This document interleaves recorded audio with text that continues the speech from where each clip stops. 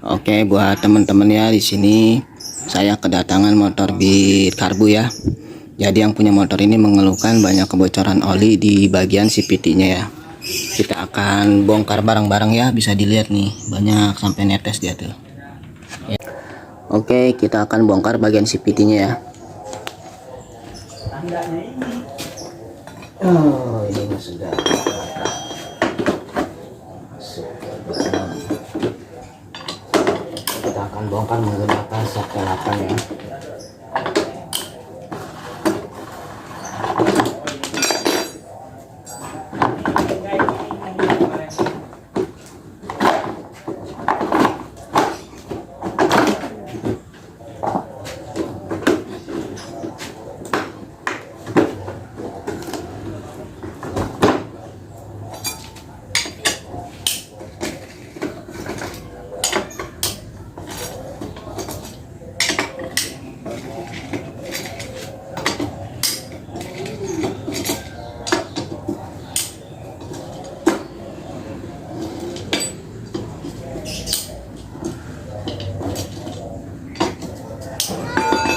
Teman-teman bisa melakukannya di rumah ya, dia cuma menggunakan soket 8 mili ya.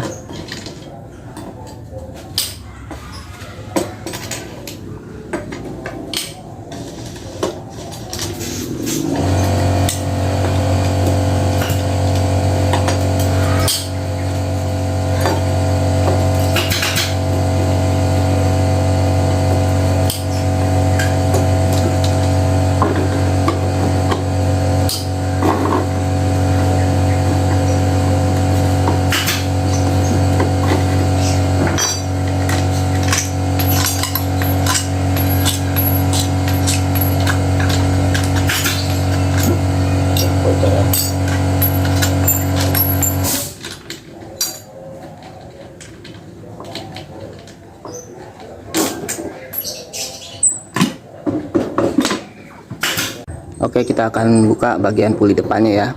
Biasa saya menggunakan trik ganjel ya.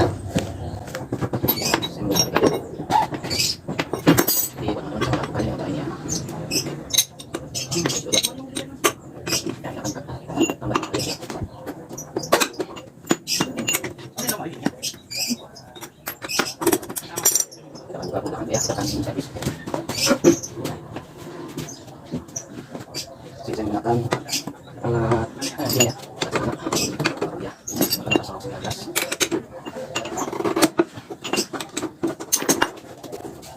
Habis ini ya? Udah? Nyalain udah nyala.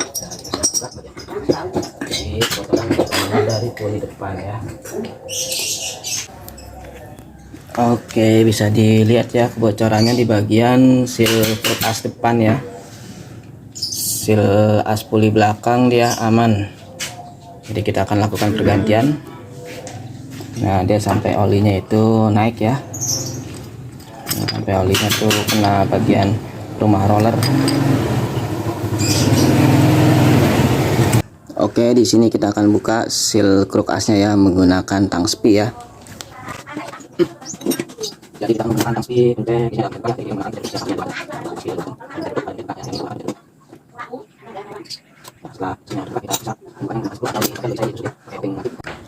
Oke, di sini kita menggunakan obeng lancip ya, menggunakan sekrup juga bisa, sekrup yang tajam ya.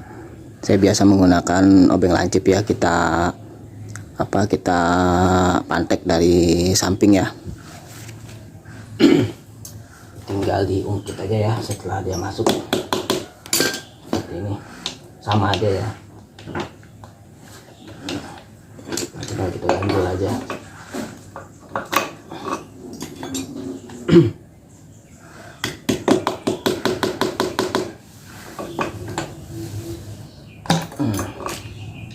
Ya, sudah terbuka ya, sealnya ini sudah keras ya.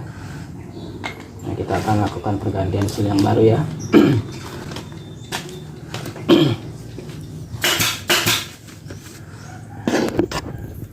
Nah, kita akan bersihkan dulu ya. Di sini kita akan cuci dulu ya bagian luarnya.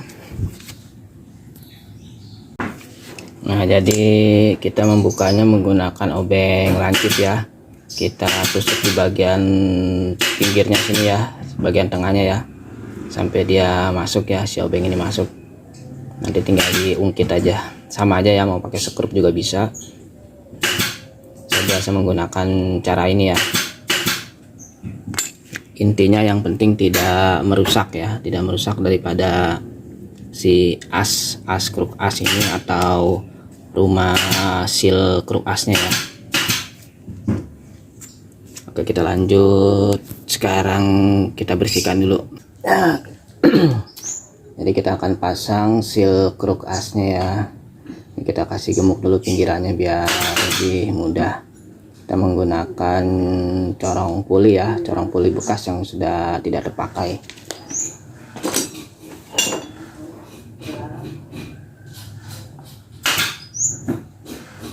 Sambil diputer ya, biar dia enggak melipet bagian tengahnya. Jadi kalau udah masuk, kita bisa langsung menggunakan corong bisa, atau pahat yang tumpul ya, besi yang tumpul.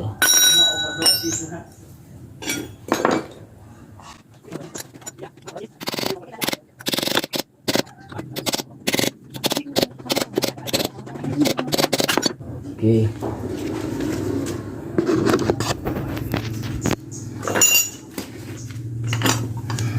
Oke, bisa dilihat ya, ini masuknya sudah rata ya. Bisa dilihat masuknya dia sudah rata. Nah, kita akan jauhin dulu.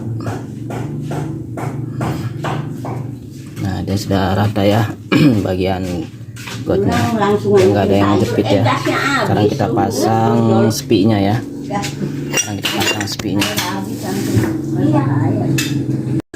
Oke, kita akan pasang spinya ya. Spi penguncinya kita pasang menggunakan tang spi yang tadi ya. Nah, kita akan pasang seperti ini ya.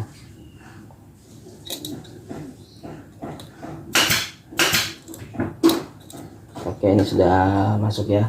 Sudah. Ntar kita akan bersihkan bagian atasnya nih menggunakan air rinso ya. Terus bagian CPT, bak CPT-nya juga kotor.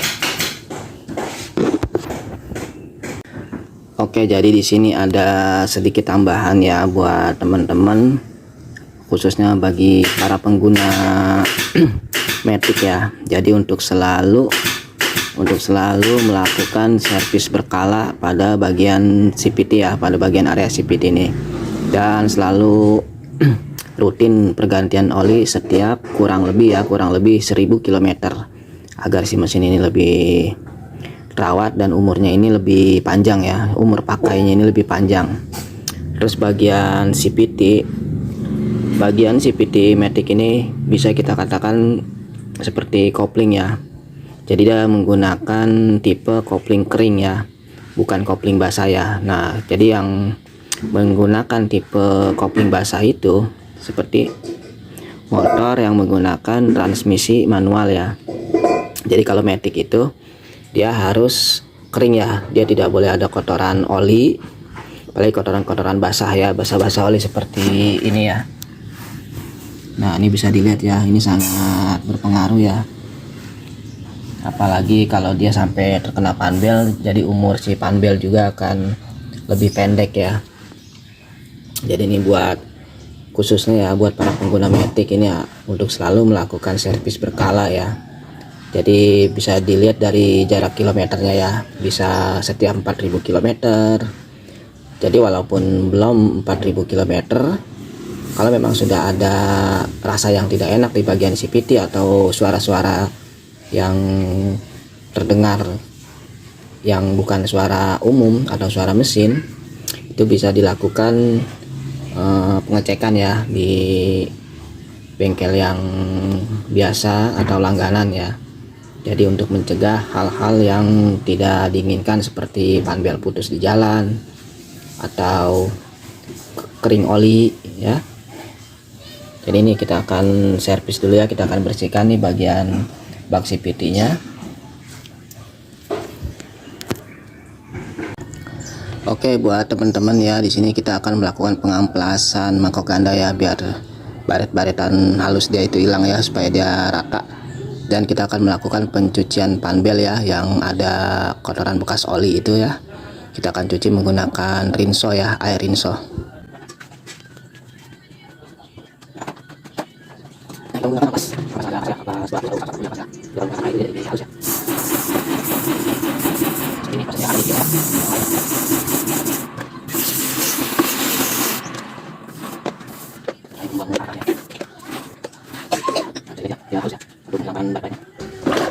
Kita akan keringkan ya, dan kita akan cuci panbelnya juga. Ini sudah retak ya, tapi ini tidak kita lakukan pergantian ya, karena kita belum konfirmasi ke yang punya motor ya. Nanti kita konfirmasi dulu, kalau memang yang punya motor ini mau dilakukan pergantian, baru nanti kita akan lakukan pergantian. Aja.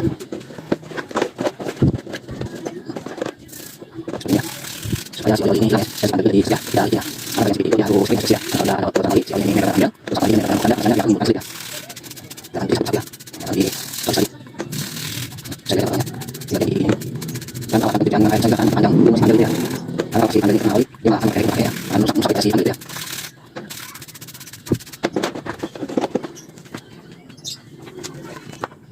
Oke, di sini sudah kita bersihkan ya, ini bagian bak CVT nya sudah kita cuci, sudah kita bersihkan. Ini bagian dalamnya juga sudah kita bersihkan, terus panbelnya sudah kita cuci ya. Nah, sekarang udah terlihat bersih ya, sudah kita cuci menggunakan rinso ya, supaya dia lebih keset ya, tidak licin lagi. Nah, terus kita menyambung pemasangan roller bit ya. Untuk pemasangan roller bit Honda standar ya, kalau racing dia sama aja ya. Jadi kita yang pertama yang perlu kita perhatikan arah ya, arah putaran mesin ini arah putaran mesin ini ke depan. Nah, seperti ini ya, arah putaran ya ke depan seperti ini. Jadi pada saat dia berputar, si roller ini ada benturan di belakang ya. Nah, bisa dilihat seperti ini ya, jadi arah dia ke depan ya. Nah, jadi berarti yang ada tertutup teflon. Nah, ini kan dia ada dua sisi yang berbeda, ini yang tidak tertutup dan ini yang tertutup teflon ya. Ini, nah, yang tertutup teflon kita pasang di bagian sini ya.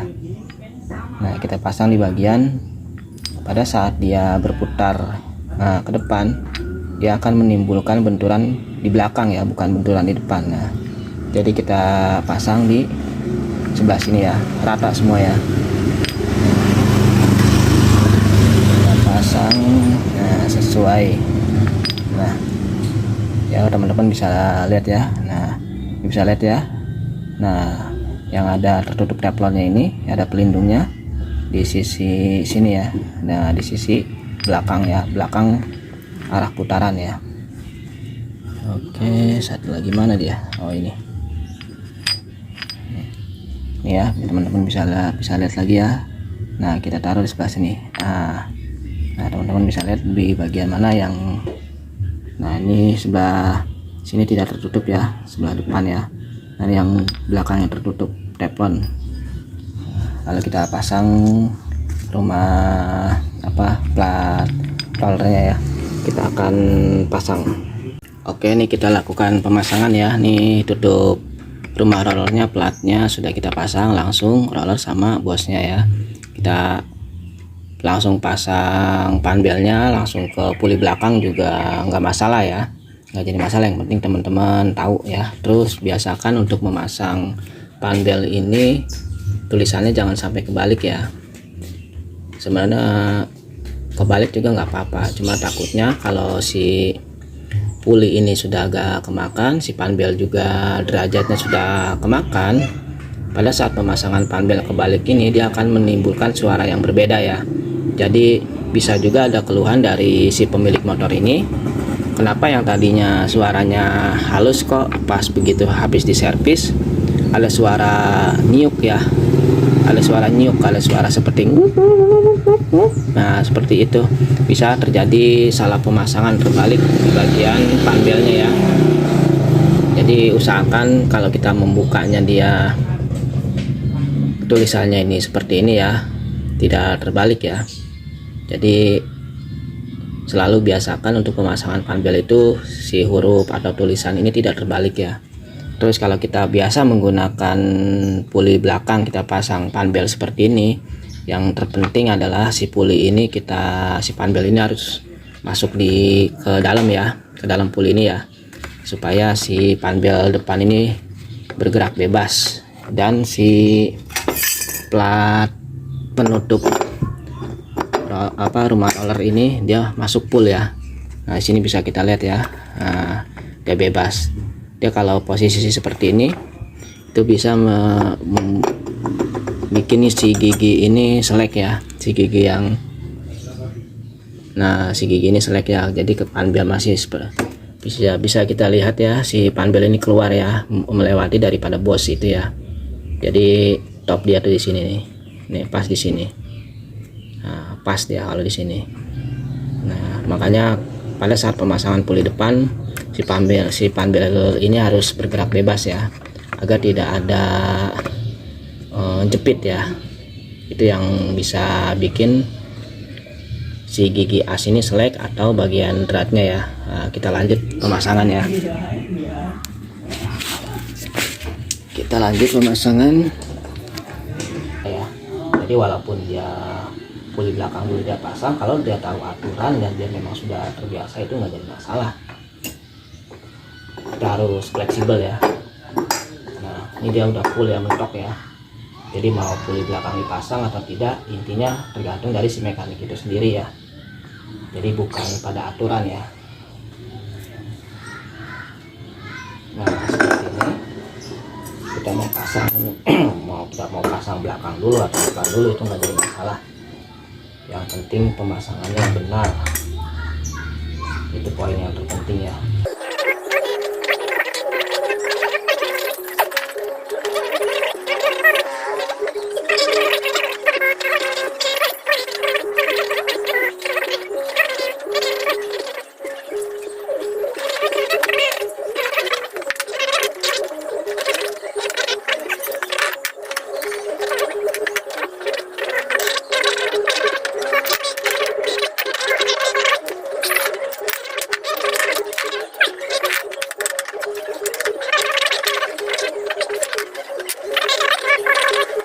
Oke, gigi samper dari dinamo starternya sudah kita pasang ya. Sekarang panbelnya ini kan masih kendor, jadi kita lakukan supaya dia kenceng ya. Kita hidupkan posisi terbuka ya. Kita tahan menggunakan tangan ya di sini.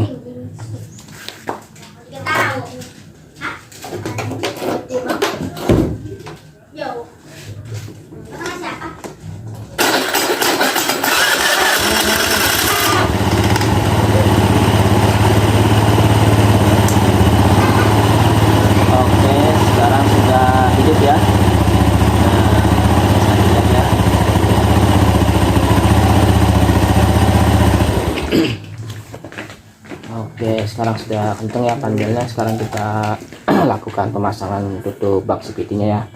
Oke, di sini sudah rapi ya, sudah kita tutup bagian bak CVT-nya. Nah, sekarang kita hidupkan ya.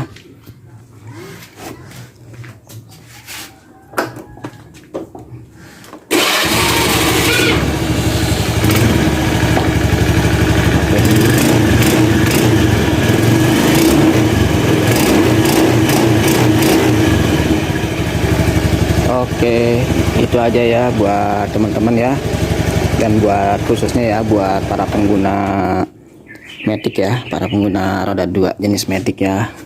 Jadi yang saya berikan ini tips ini khusus buat para pengguna Matic ya, karena kalau untuk mekanik kan sudah paham semua ya.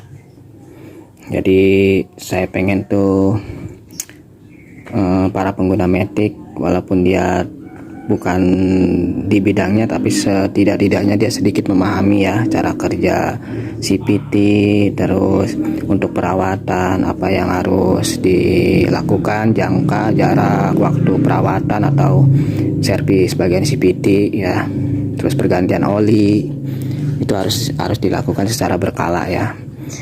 Oke, terima kasih buat teman-teman yang sudah menonton video ini ya.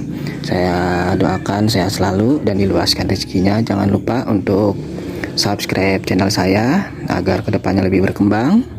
Dan like, komen, dan di-share lagi ya jika video ini bermanfaat. Oke, wassalamualaikum warahmatullahi wabarakatuh.